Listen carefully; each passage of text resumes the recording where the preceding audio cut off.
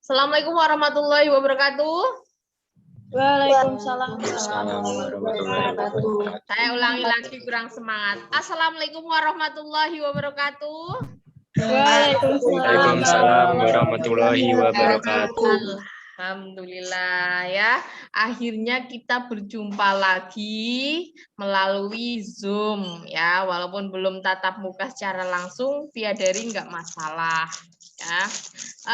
Sebelum kita mengawali pembelajaran kimia hari ini, silahkan Arya dipimpin doa dulu.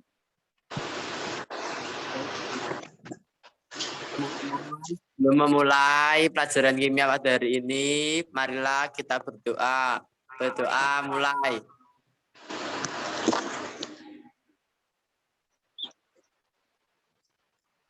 Amin. Berdoa selesai.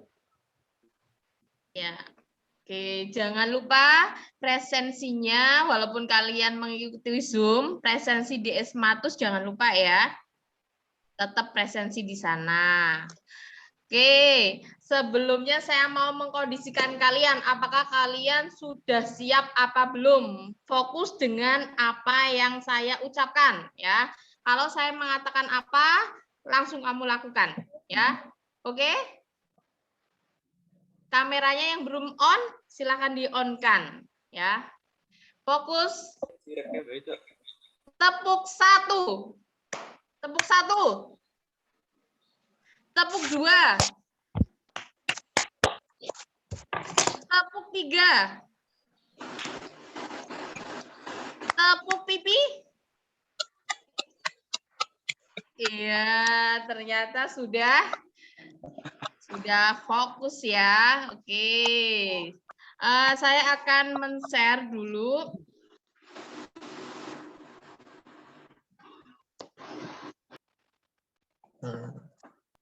Nah, apakah sudah kelihatan?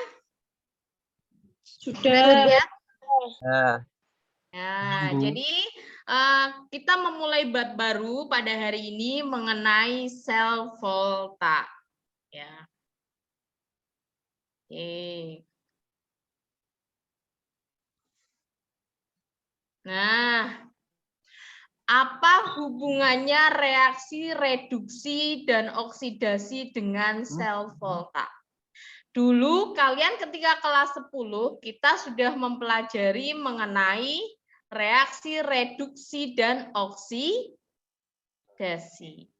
Kalau reduksi itu seperti apa, oksidasi seperti apa, masih ingat? Dikit. Apa? Kalau reduksi seperti apa, oksidasi seperti apa?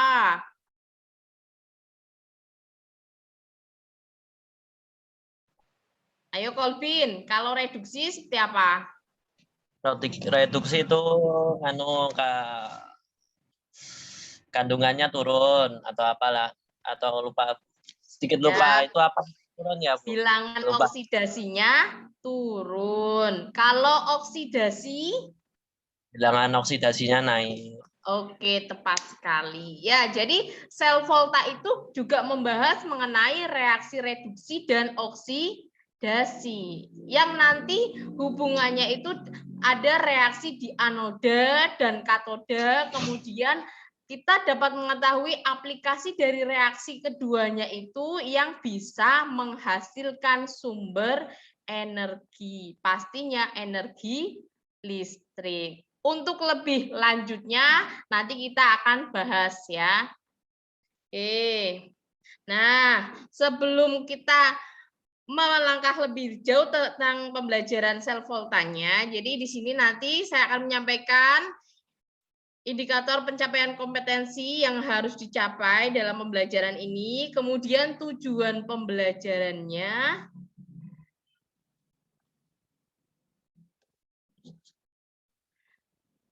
kemudian langkah pembelajarannya, dan tentunya sel volta yang akan kita bahas bersama ya. Nah, untuk indikator pencapaian kompetensi pada hari ini ya, yang pertama itu menjelaskan bagaimana energi listrik pada benda-benda di lingkungan sekitar kamu dihasilkan dari reaksi redoks dalam sel Volta. Kemudian menuliskan lambang selnya, menghitung potensial selnya, kemudian mengetahui bagaimana cara tahu mana itu reaksi yang bisa berlangsung dan tidak berlangsung berdasarkan harga potensial elektroda dan melakukan pengamatan baterai kering ya. Yang kalian sudah siapkan kan?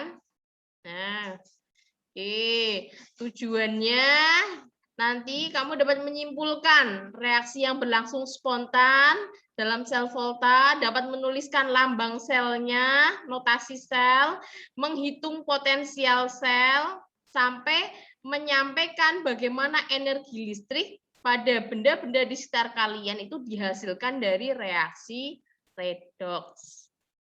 Ya. Nah, langkah pembelajarannya saya akan memaparkan dulu materinya, ya. Kemudian setelah selesai pemaparan, nanti kalian mengidentifikasi komponen baterai kering dan dilanjutkan diskusi. Nah, bahan diskusinya adalah dari LKS yang sudah saya share di Esmatus, ya. Dan grup kalian, WA grup kalian, ya. Bisa dibuka nanti. Nah, oke, saya mulai mengenai sel Volta. Ya, sel Volta itu apa?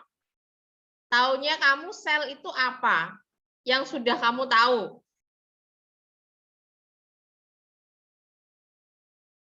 Sel apa?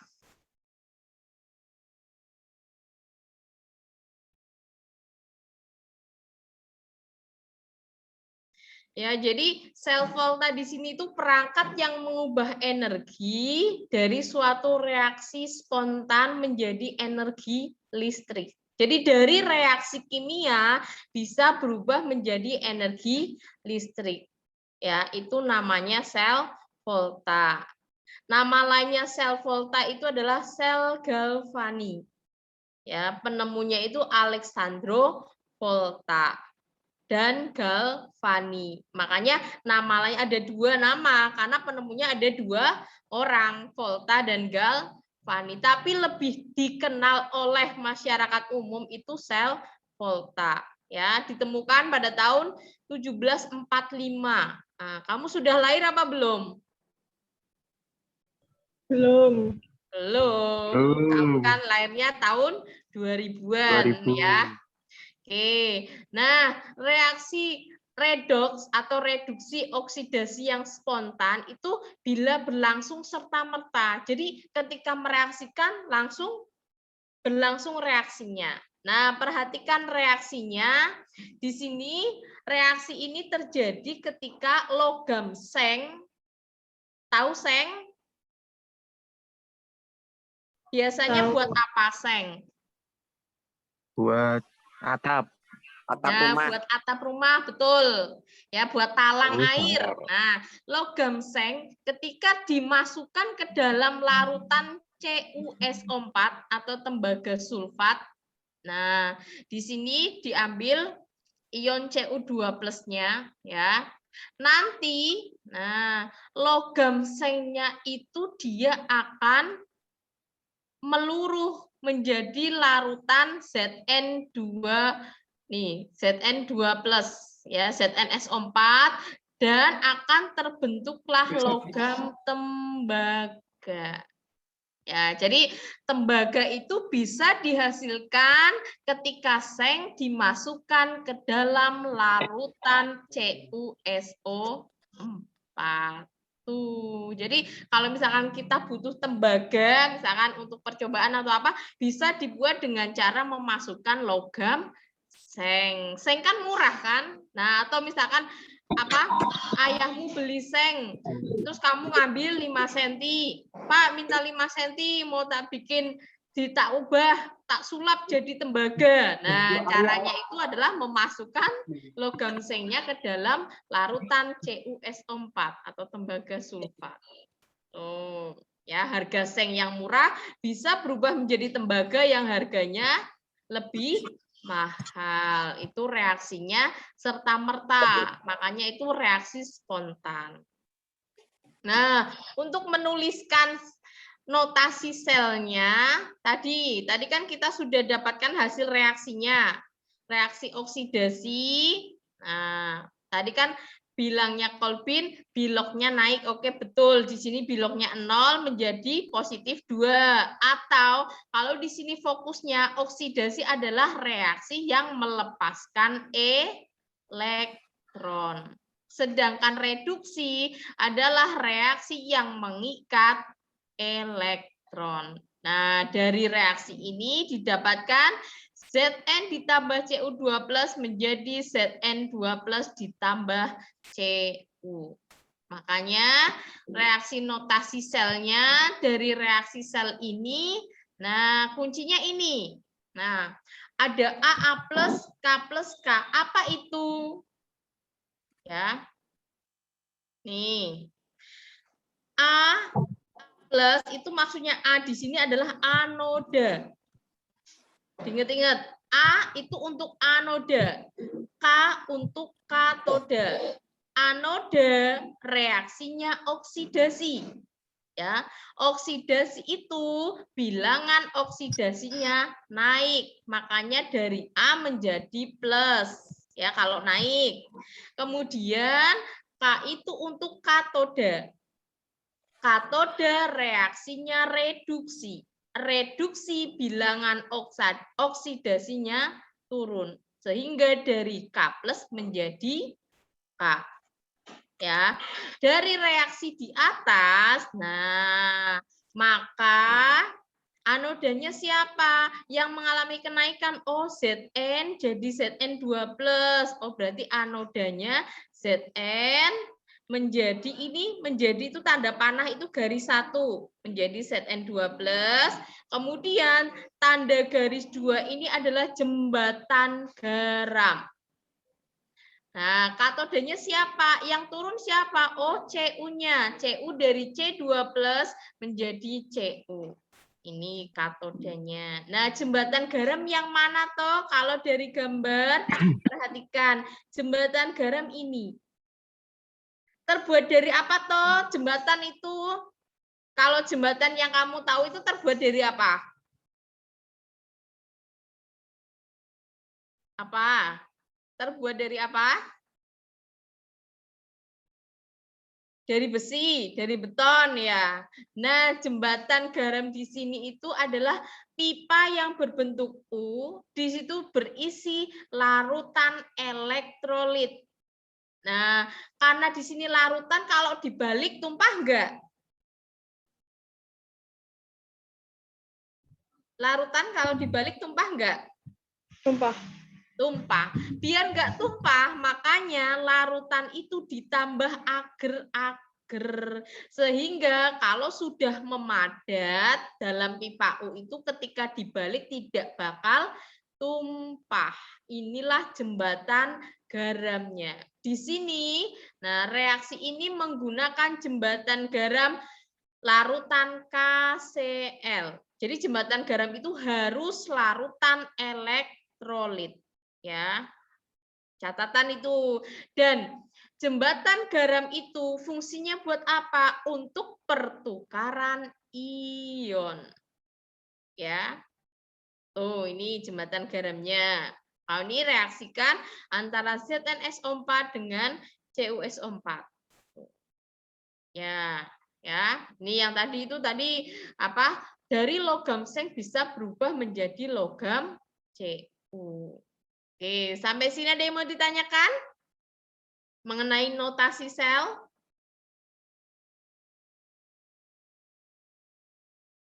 Bisa saya lanjutkan? Bisa. Oke, saya lanjutkan ya. Pokoknya diinget-inget tuh notasi selnya. Kuncinya ini. Nih, yang A plus, jembatan garam, K plus, K. Oke, saya lanjutkan. Nah, potensial elektroda standar sel. Ini apa itu potensial? Nah, jadi ada dua jenis. Ada potensial sel, ada potensial elektroda. Bedanya apa? Kalau dia hanya satu reaksi reduksi, ya, itu namanya potensial elektroda. Kayak tadi tuh, dari Zn menjadi Zn2+ ditambah 2 elektron. Itu namanya reaksi potensial elektroda. Dengan harga nanti potensial elektrodanya berapa volt. Nah, itu harga-harganya itu adalah berdasarkan hasil percobaan. Jadi bukan asal-asalan kita memberikan harga potensial elektroda, tapi itu sudah dari percobaan.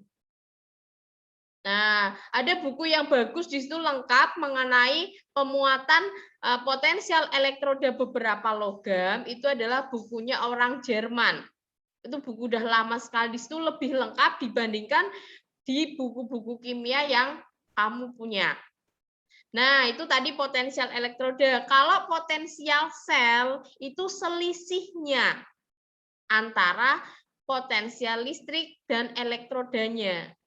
Ya, jadi itu selisih, berarti hasil pengurangan. Kalau potensial elektroda itu memang dari logamnya atau nama lainnya itu elektrodanya, potensial selnya itu selisihnya. Nah, perhatikan deret voltanya.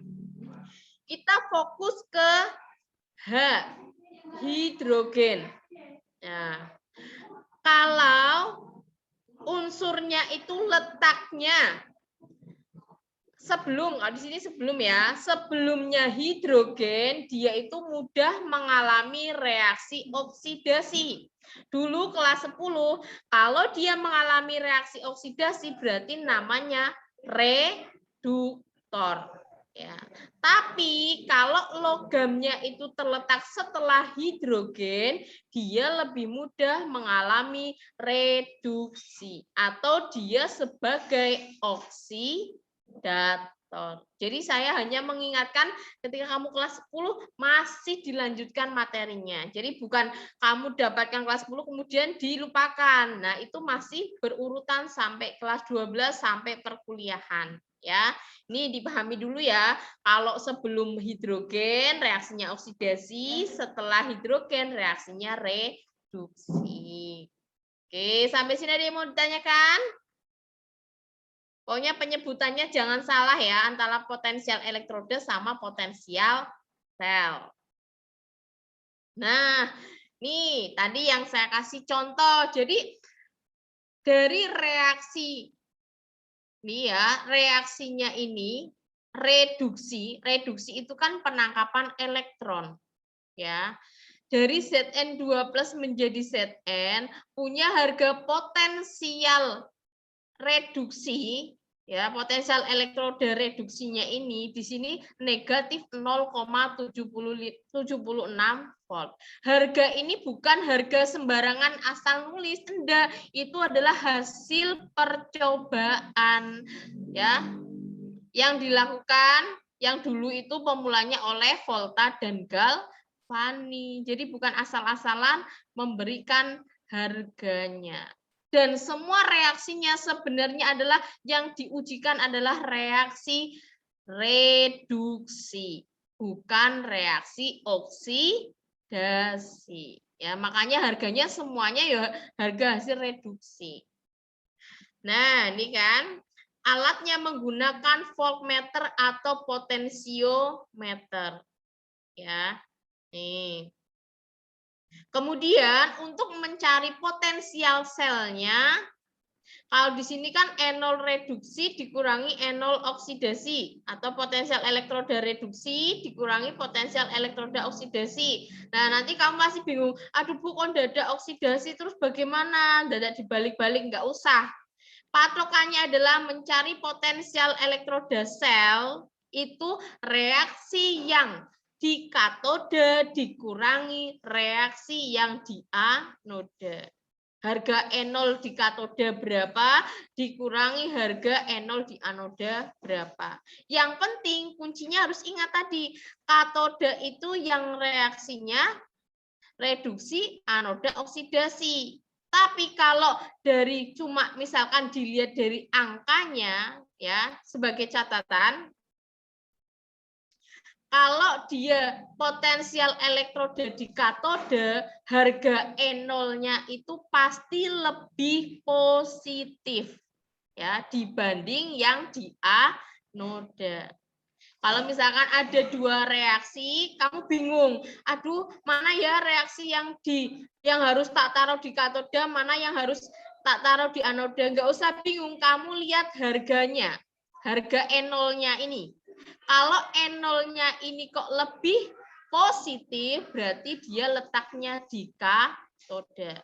Kalau misalkan sama-sama negatif, kan kamu mesti bingung, Bu, kok ada min 0,5 sama min 0,25, besaran mana ya Bu? Kira-kira besaran mana?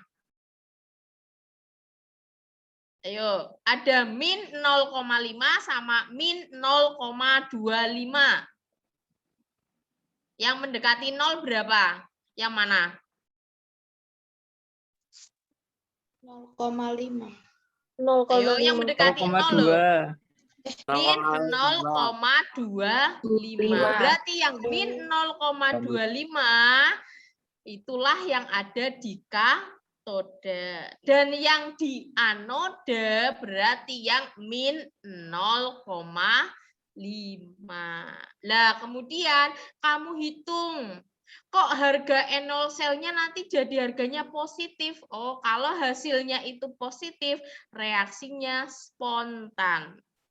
Ya, tapi kalau sudah dihitung kok hasilnya negatif, berarti reaksinya itu tidak spontan.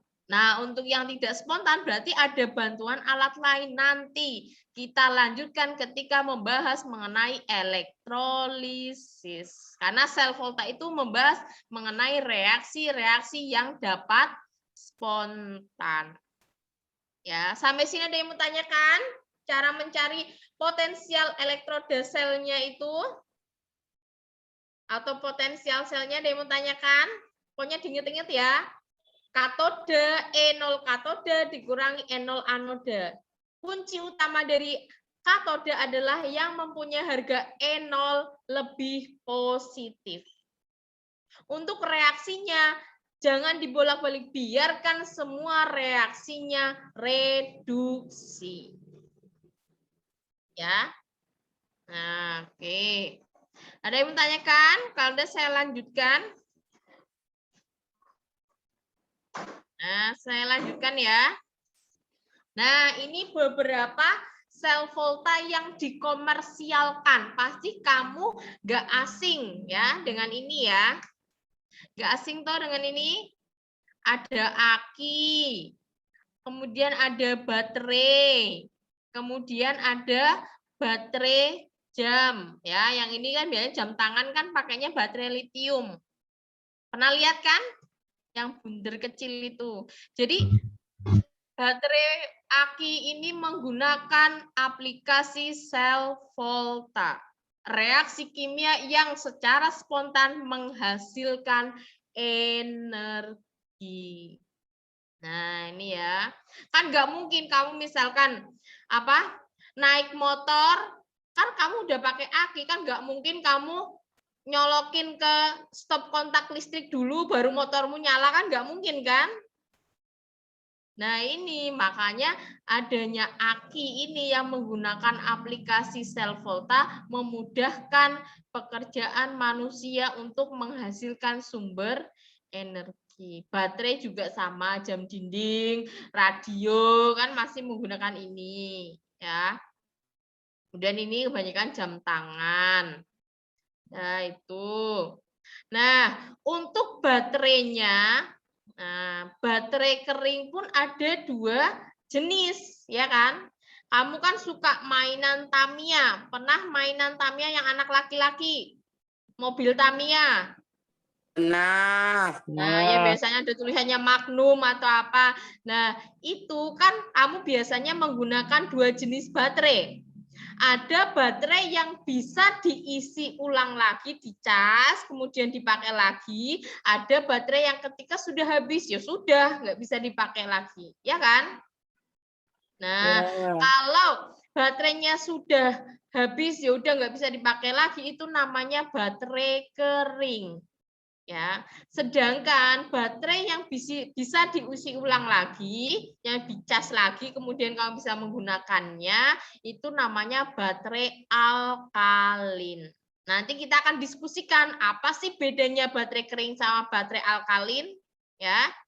Oke, jadi itu. Kemudian, nah sebelum kita berdiskusi ada kata-kata yang bagus dari Mahatma Gandhi. Ya, hiduplah seakan engkau akan mati besok. Belajarlah seakan engkau akan hidup selamanya. Makanya kamu jangan pernah berhenti untuk belajar. Ya, oke. Nah, selanjutnya kita akan berdiskusi eksperimen sederhana ya. Kamu sudah menyiapkan baterainya, silakan semuanya diangkat baterainya, diperlihatkan ke saya. Ya, baterainya. Enggak apa-apa berbagai merek, enggak apa-apa. Baterainya diperlihatkan, ini saya juga ada, ya. Ini saya menggunakan baterai yang besar, enggak masalah. Mau pakai baterai besar atau baterai kecil, enggak masalah.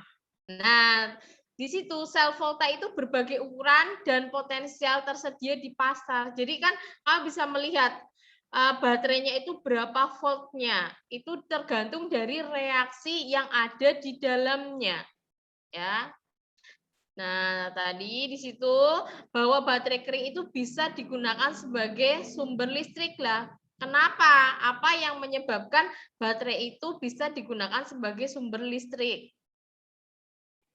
Nah, kalian harus bisa menjawab. Nah, saya beri waktu untuk menjawab nomor 1 sampai 3. Ya, nomor 1 sampai 3.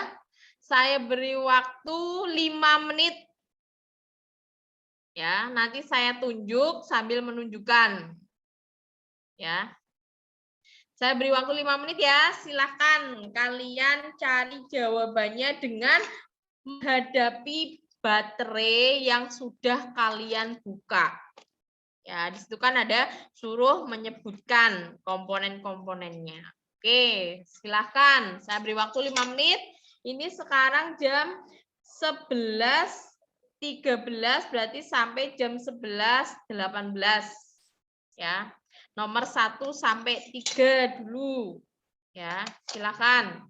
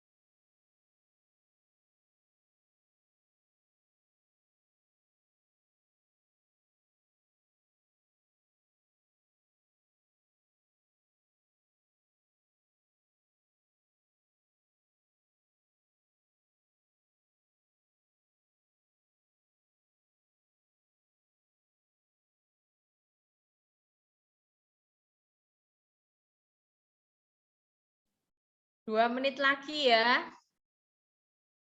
Nomor 1 dan 3, sampai 3 saja.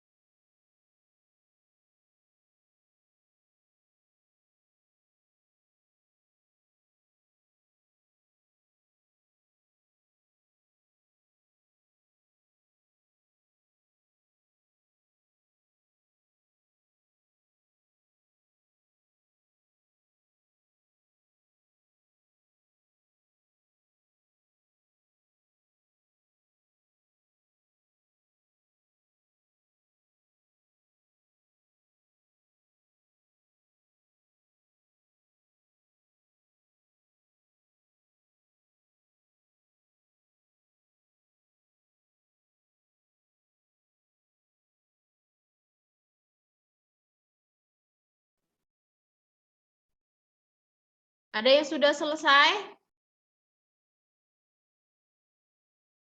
Nomor 1, ada yang sudah selesai belum? Harusnya sudah. Kan kalian ngadep baterai sendiri-sendiri toh. Coba. Siapa yang mau menyampaikan?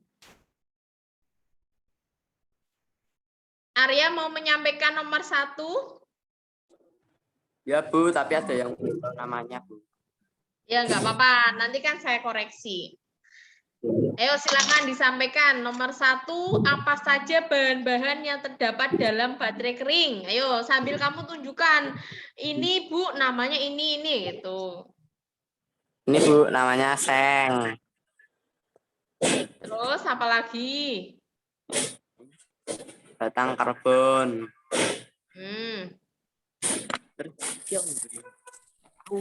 Ini enggak tahu Bu. Nah, nggak apa-apa. Nanti kan saya koreksi biar kalian. Apalagi yang kamu temukan? Ini tutup-tutupnya Bu. Yakin itu aja? Ada lagi nggak? Tutup positif, tutup negatif. Ya. Terus? Udah Bu, sama ini, sama ini. Ya, oke. Terima kasih Arya ya. Beri applause dulu buat Arya. Ya. Jadi dari sekian komponen sudah betul tapi kurang tepat. Ya, jadi baterai ya yang merupakan pengaplikasian dari sel volta yang kamu lihat ini baterai kering. Dia nggak bisa dipakai lagi kalau sudah habis. Itu komponennya apa saja? Ya, yang pasti ada komponen luar di sini dia dari seng. Ya, logam seng. Karena logam seng itu adalah salah satu konduktor yang bagus. Ya, ini logam seng, kemudian dilapisi dan diberi label mereknya. Nggak usah sebut merek, oke? Ya, ini ya seng. Kemudian di dalamnya juga ada selongsong seng. Ya, ini juga ada selongsong sengnya ini. Nih, selongsong seng yang warnanya silver. Nah, di dalamnya kan tadi Arya nggak tahu ini apa Bu, yang serbuk-serbuk warna hitam, ya kan? Nah, itu namanya serbuk batu kawi. Ya. Serbuk batu kawi. Rumus kimianya MnO2. Ya. Kemudian ketika kamu pegang itu kan agak basah atau lembab. Nah, itu ada larutan elektrolitnya. Jadi bahasanya itu ada larutan elektrolit.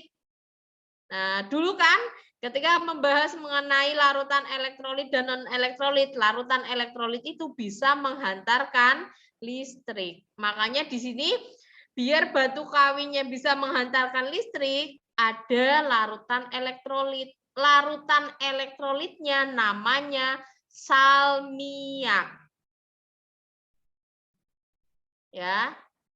Atau bahasa kimianya itu amonium klorida. Amonium NH4, klorida Cl, berarti NH4Cl. Ya. Kemudian setelah itu, nah di ujung-ujungnya yang menjadi kutub. Ada kutub positif, ada kutub negatif. Yang menjorok keluar kutub apa? Positif. Ya, betul sekali. Yang menjorok ke dalam otomatis kutub negatif. Kalau masang di alat elektronik jangan sampai terbalik. Nanti kamu masangnya terbalik, nah kamu nyalah ke baterai, nah baterai elek. Lah yang salah itu kamu, jangan salahkan baterainya. Positif ya di positif, negatif di negatif. Kemudian tadi ini apa Arya? Yang warnanya hitam? Batang karbon. Ya, batang karbon. Ya. Karbon lambangnya apa kalau karbon? Ya, C. Oke. Udah ya. Kemudian kita lanjutkan coba nomor 2. Manakah kira-kira yang anoda dan katoda? Silakan. Siapa yang sudah? Saya, Bu. Ya. Dinta ya? Ya, Silakan. Bu. Ya. Karbon berperan sebagai anoda, seng berperan sebagai katoda. Sudah tepat? Atau ada yang bisa memberi tanggapan? Saya Mana yang jadi anoda? Siapa? Sabila. Sabila Putri. Sabila Siva. Oh ya, Sabila Asifa, silakan. Anoda itu yang seng, katoda yang perak oksida. Katoda. Tadi kan ada wajah tadi. Ada seng, ada karbon, ada MnO2 atau batu kawi, ada larutan elektrolit. Ya. Ayo siapa yang main coret-coret di layar? Pak Rafa Krishna, Bu. Ya. Oke, tadi Sabila Asifa sudah betul, tapi kurang tepat, kurang lengkap ya. Nah, silakan yang lainnya ditulis. Yang berperan sebagai anoda tadi sudah betul adalah logam seng. Jadi logam seng yang menjadi selongsong ya, yang jadi selongsong, yang jadi kutub-kutubnya baik kutub positif maupun negatifnya, dia berperan sebagai anoda. Ya, anoda reaksinya oksidasi. Oksidasi melepas elektron.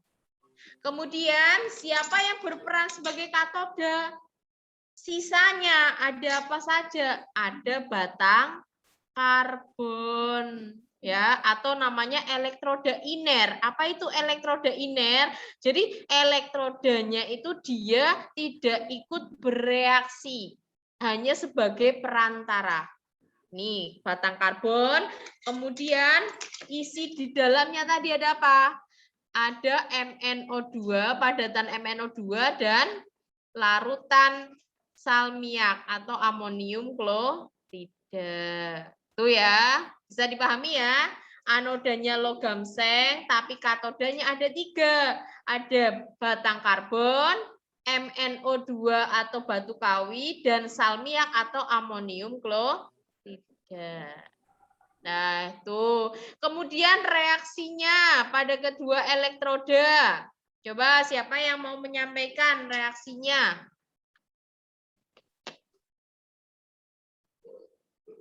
Kolbin? Kolbin mana suaranya? Biasanya Kolbin. Belum, Bu. Siapa yang sudah menemukan reaksi di baterai kering? Di anoda dan katodanya? Mahmuda?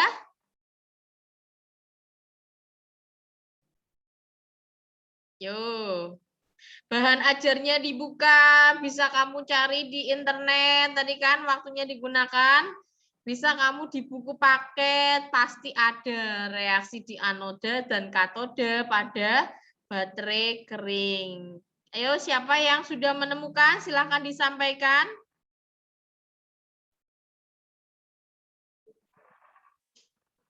Fitri sudah? Fitri ya? Dan ajarnya coba dibuka yang baterai kering.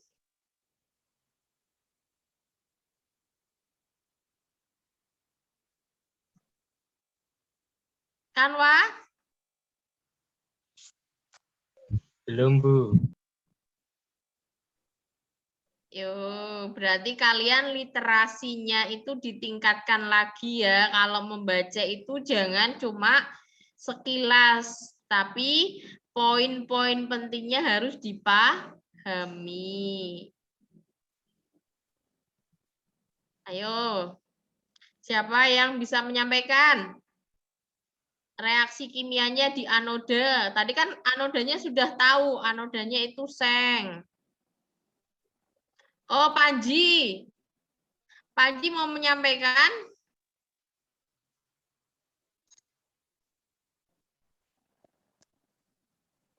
Masa nggak ada yang menemukan di bahan ajarnya? Berarti nggak baca ya. Di anoda tadi apa? Logamnya logam apa?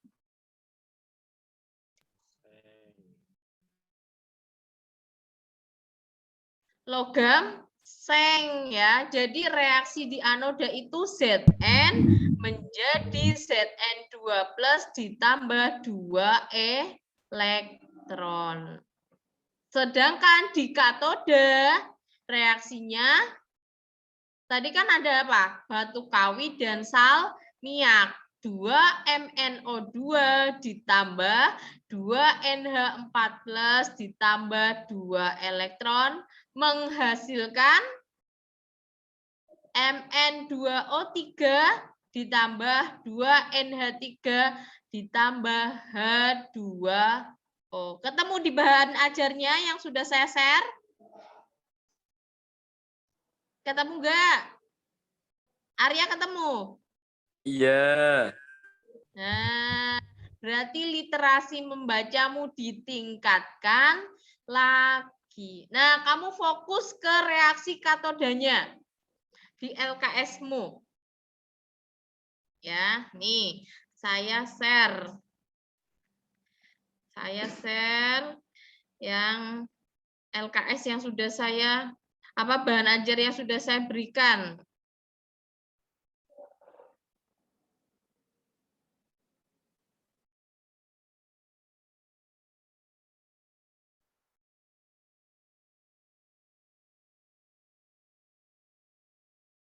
Nah,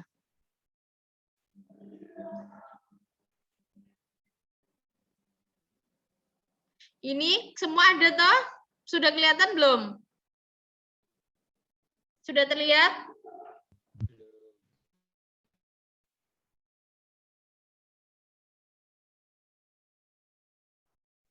Halo, sudah kelihatan belum? Masih kelihatan Kanwa, Bu. Belum, Bu. Belum, Bu. Oh, belum. Sebentar. Kelihatan? Udah. Nah, perhatikan. Ini sudah ada di bahan ajar kan? Nah, kalau kamu membaca, pasti kamu tadi langsung menemukan ya. Jadi reaksi di anoda Zn menjadi Zn2+, dia melepaskan 2 elektron. Sedangkan di katode reaksinya adalah antara batu kawi dengan salmiaknya. Nah, di sini menghasilkan air H2O. Itulah kenapa ketika misalkan baterai kering yang kita gunakan itu sudah habis, dia akan berkarat, akan mengeluarkan air dan merusak alat elektronik kalau kamu biarkan. Karena di sini reaksinya menghasilkan air. Ya, diingat-ingat nih. Dulu waktu kecil pasti ada yang Apa ada yang bilang, iku wae tamiane to nek baterainya wis entek to, baterainya dijemur aja, nanti bisa lagi, ya ndak? Ya kan? Iya, Bu. Bisa, Bu. Nah, itu apa? Sebenarnya itu hanya untuk mengurangi kadar airnya dari reaksi di katoda. Tapi untuk tegangannya, karena dia sudah lemah, tegangannya sudah turun, sering dipakai, ya tegangannya tetap lemah. Hanya penjemuran itu hanya mengurangi kadar H2O, tidak menambah tegangannya. Ya, kemampuannya ya tetap sama, karena sudah dipakai itu. Ada yang mau ditanyakan dari baterai kering? Ya, kemudian lanjutkan lagi dari diskusinya. Nah, tadi sudah clear ya tentang baterai. Kalau kamu langsung ngadepi langsung, kamu bisa paham. Tapi kalau kamu misalkan hanya mendengarkan tanpa ngadepi baterai, kamu nggak paham. Nah, berapa harga potensial elektrodanya? Nanti kamu cari di rumah sebagai salah satu tugasnya. Nanti kamu cari di internet, anodanya berapa, katodanya berapa, bisa dihasilkan harga dari baterai itu. Voltasenya ada yang 1,5 volt, ada yang 6 volt, ada yang 9 volt. Kalau yang baterai kering itu pada umumnya adalah 1,5 volt. Nah, yang nomor 5, penulisan reaksi pada anoda dan katoda, menuliskan notasi selnya. Pada baterai kering, nah dibuat seperti ini. Ya, sekalian, ini anoda A menjadi A+, berarti reaksi di anoda. Ini tanda 1, ini tanda pengganti tanda panah. Tanda 2 ini adalah jembatan garam. Ya. Nah, sekarang yang nomor 6 dan 7. Saya beri waktu 5 menit. Ya. Tuh, ada 2 pertanyaan. Tadi ada baterai kering, baterai alkalin. Ya, reaksinya yang membedakan apanya. Kemudian di sini selain reaksi selnya, apalagi yang membedakan dari kedua baterai itu. Tadi awal ketika saya menjelaskan materi sedikit saya singgung. Nah, untuk memperdalam lagi saya beri 5 menit waktunya, bisa gunakan bahan ajar yang sudah saya berikan atau melalui internet. 5 menit ya, cukup ya. Silakan.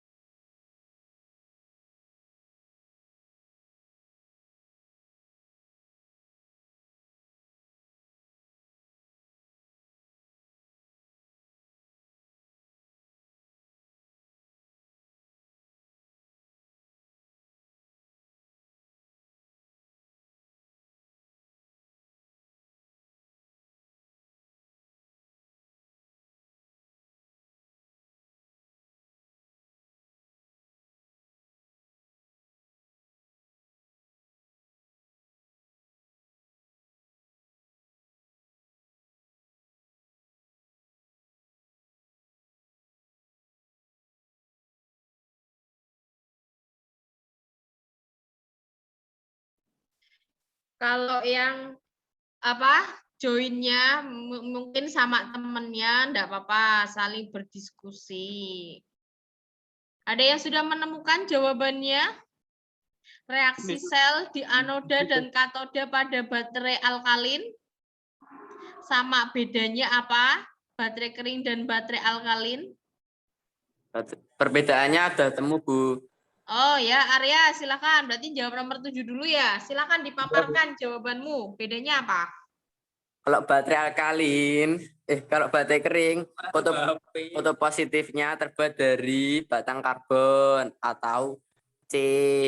Kalau dari baterai alkalin, kutub positifnya terbuat dari mangan dioksida atau MnO2. Terus kedua, kalau kutub negatif dari baterai kering terbuat dari seng atau Zn. Kalau baterai alkalin, kutub negatifnya terbuat dari sama ding, sama ding Ayo, seng. biye. Yang kamu dapatkan apa lagi? Sampaikan dulu aja, nggak apa-apa. Nanti saya koreksi. Elektrolit dari baterai kering terbuat dari amonium klorida NH4Cl. Kalau dari baterai alkalin, elektrolitnya terbuat dari potasium hidroksida KOH. Ya, ada lagi? Sudah. Ya, oke.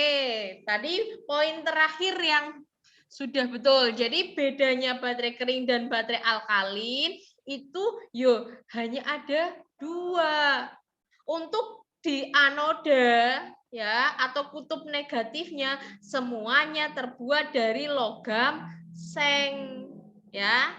Dua-duanya logam seng. Kemudian yang ada di katoda sama MnO2. Nah, perbedaannya apa? Larutan elektrolit itu yang pertama. Kalau di baterai kering tadi pakainya salmiak atau NH4Cl, sedangkan di baterai alkalin pakainya KOH, asam alkali. Makanya kenapa kok namanya baterai alkalin? Karena menggunakan larutan basa alkalin, minuman alkali. Contohnya Milagros itu kan pH-nya basa, alkali itu artinya basa. Baterai alkali berarti baterai yang menggunakan larutan elektrolit basa. Basanya itu menggunakan KOH. Itu perbedaan pertama itu ya tentang larutan elektrolit. Yang kedua, kalau baterai kering tidak bisa digunakan lagi setelah habis. Sedangkan baterai alkali bisa digunakan lagi, akan tetapi perlu dicas. Nah, itu 2 poin pembeda antara baterai kering dan alkali. Untuk reaksinya, ada yang sudah menemukan di bahan ajar reaksinya? Reaksinya. Arya sudah dapat? Belum, Bu. Di bahan ajar.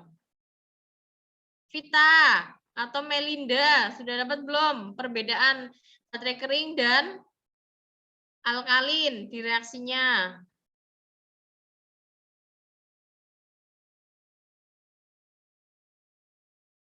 Ayo, bahan ajarnya dibuka lagi.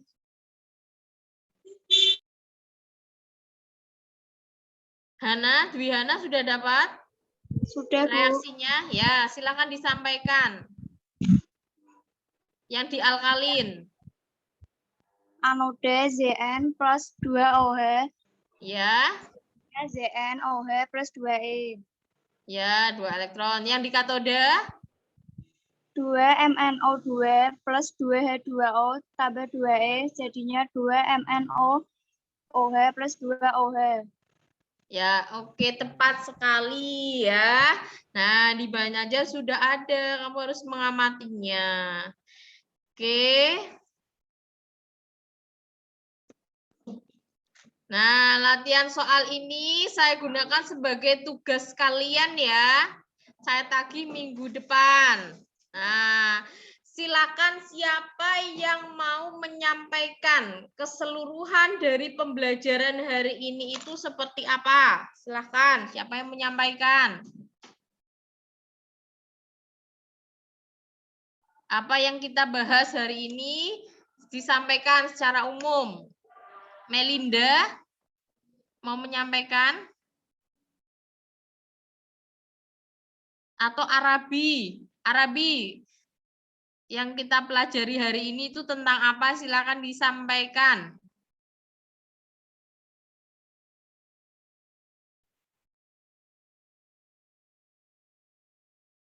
Halo Arabi. Oh, Ya, ternyata Bu. Arabi. Ya, disampaikan. Apa yang kita sudah pelajari hari ini itu tentang apa saja? Silakan. Disampaikan secara umum. Nggak bisa, Bu. Masa nggak bisa? Pakai bahasamu sendiri toh, masa nggak bisa? Apa Dwihana mau menyampaikan? Kita pelajari tentang apa saja tadi? Ayo belajar berkomunikasi, gak usah malu.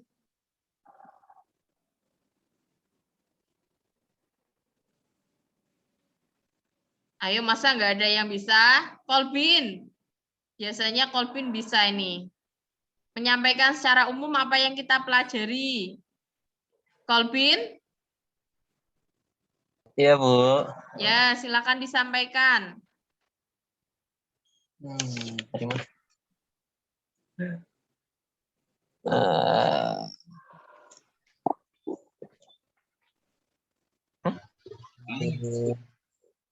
Ini sih Ayo dua apa screen saja nih. yang kamu pelajari hari ini.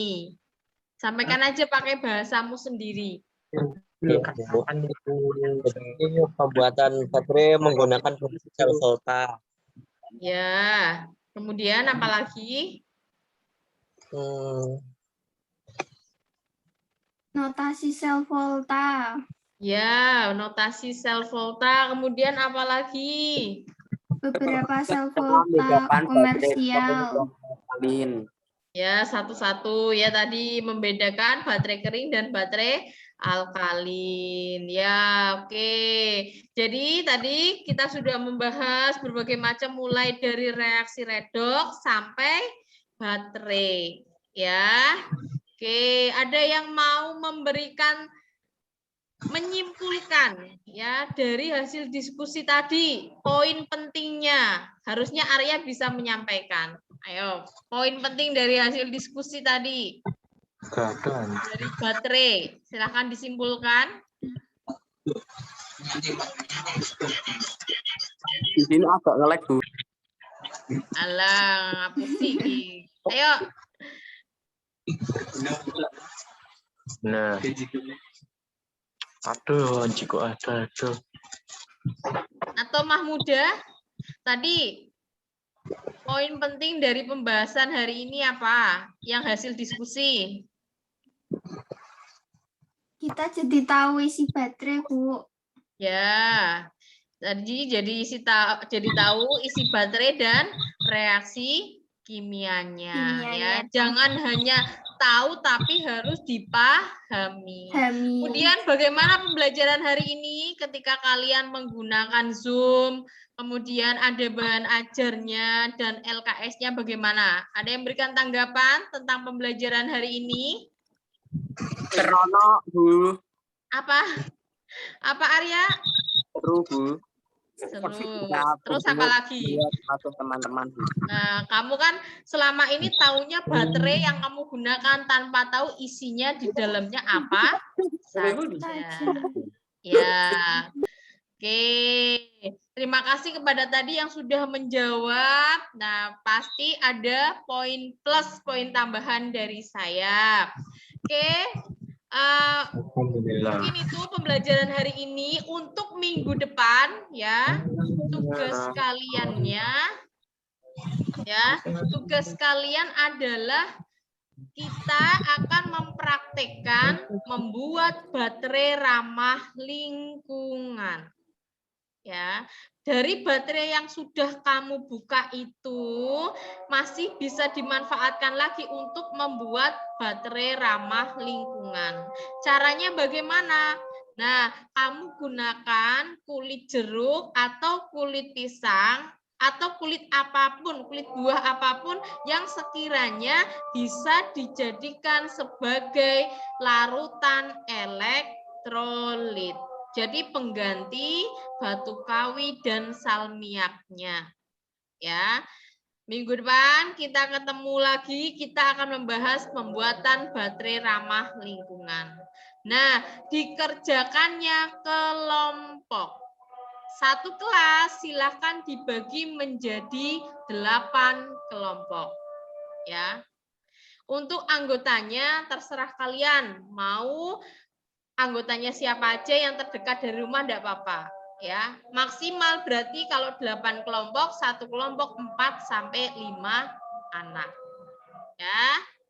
Jadi sekian dulu pembelajaran kimia hari ini. Terima kasih meskipun di siang-siang yang sudah lapar masih mengikuti pembelajaran hari ini ya. Selamat melanjutkan tugasnya dan prepare percobaan minggu depannya. Wassalamualaikum warahmatullahi wabarakatuh. Waalaikumsalam warahmatullahi wabarakatuh. Wabarakatuh.